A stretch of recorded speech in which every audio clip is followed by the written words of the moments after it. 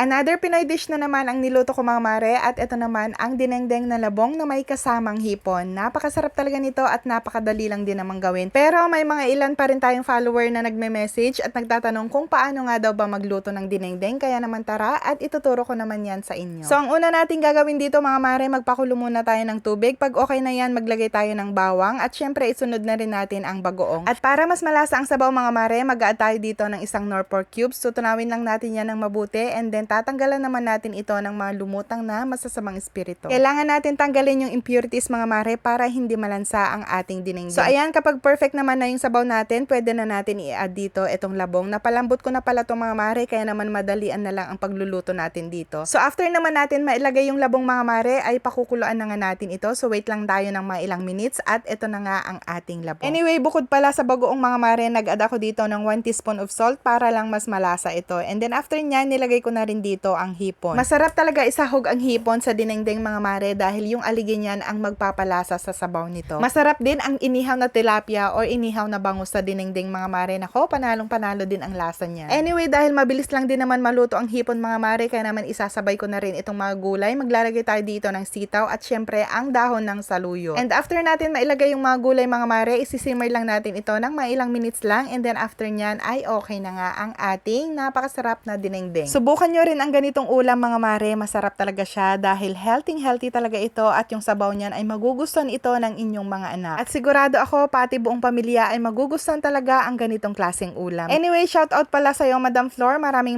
salamat sa laging panonood ng mga videos ko at syempre kay Sir Edwin from Marilao, Bulacan. Maraming salamat po ulit sa panonood, and please kung nagustuhan nyo naman itong video na ito, paki-like and share na din. Thank you so much for watching. I'll see you next vlog. Bye!